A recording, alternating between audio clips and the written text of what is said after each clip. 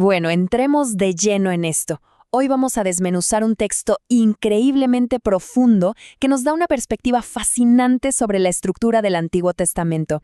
Es un tema que a veces se simplifica demasiado, ¿verdad? Pero los documentos que estamos revisando hoy revelan una relación súper compleja, llena de privilegios, sí, pero también de unas responsabilidades comunitarias enormes.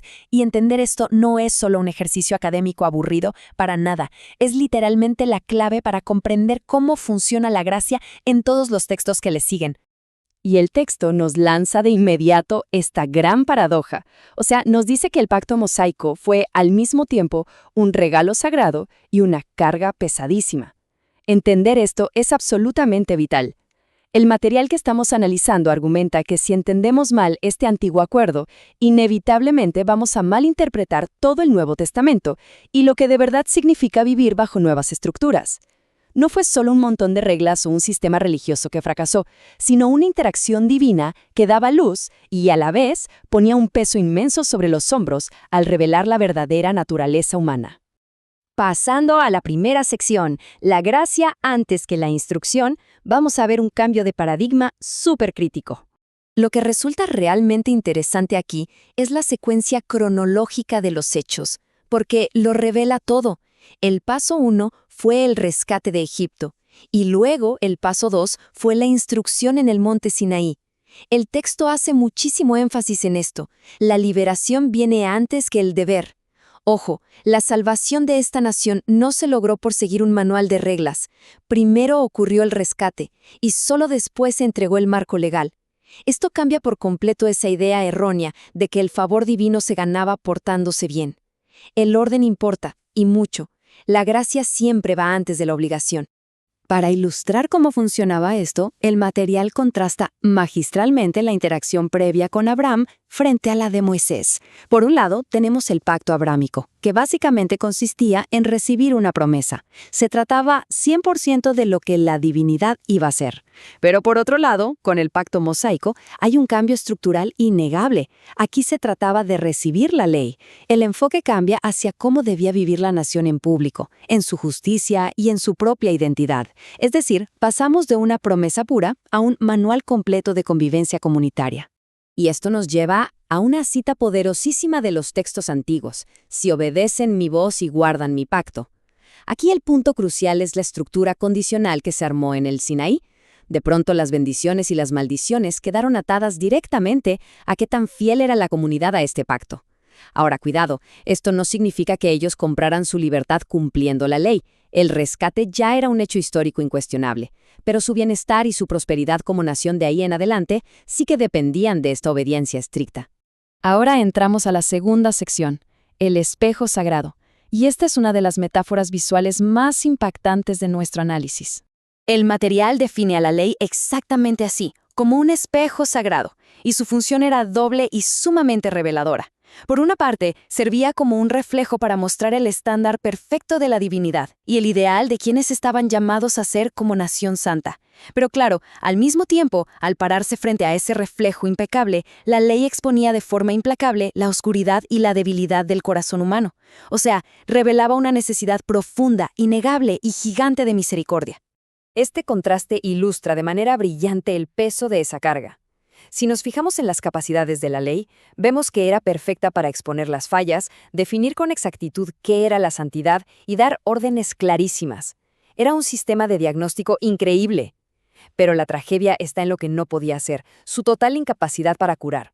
No podía eliminar esas fallas, no podía producir la santidad que exigía y definitivamente no podía transformar a las personas desde adentro. En pocas palabras, era un diagnóstico médico impecable, pero sin la medicina para curar la enfermedad. Sigamos adelante y veamos cómo se va construyendo esto en la tercera sección, un pacto específico. Los documentos detallan muy bien que este pacto jamás tuvo la intención de ser un sistema operativo universal para toda la humanidad. Se hizo con una nación específica, Israel, a la cual ya se había rescatado. A diferencia del acuerdo con Noé, no cubría todo el planeta. Estaba diseñado para organizar la vida pública y la justicia de un pueblo particular en un momento y lugar específicos. Pero, y esto es clave, no era un club exclusivo y cerrado. El objetivo final era que, al vivir bajo esta estructura, funcionaran como un faro, como una luz que iluminara a todas las demás naciones. Y bueno, llegados a este punto, surge una pregunta monumental en el texto. ¿Por qué dar un pacto como este en primer lugar? ¿Por qué imponer a un pueblo una carga tan enorme que, como acabamos de ver, no tenía el poder interno para transformar verdaderamente la naturaleza humana?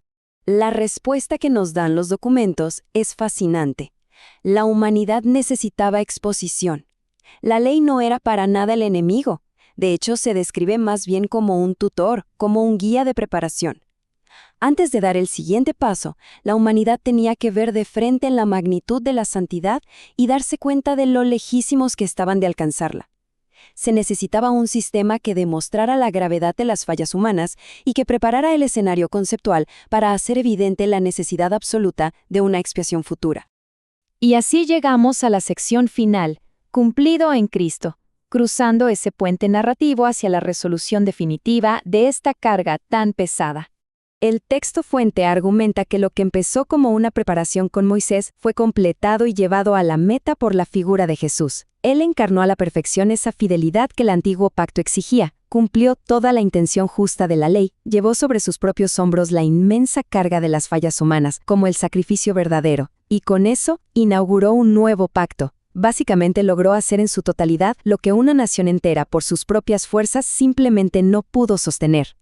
Y aquí la cosa se vuelve súper práctica. El documento señala el error trágico de vivir con una mente dividida. Es decir, por un lado vemos cómo funcionaba el antiguo sistema operativo, lleno de acusación constante, el dominio del miedo y un esfuerzo agotador por alcanzar la perfección. Lamentablemente, muchos creyentes modernos siguen operando emocionalmente bajo esta presión. Pero en total contraste, el nuevo pacto nos presenta algo radicalmente distinto. Funciona a través del Espíritu, la pura gracia, un descanso genuino y una vida totalmente renovada.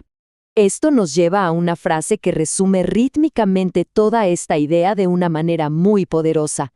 Respetar el pacto, pero descansar en Cristo.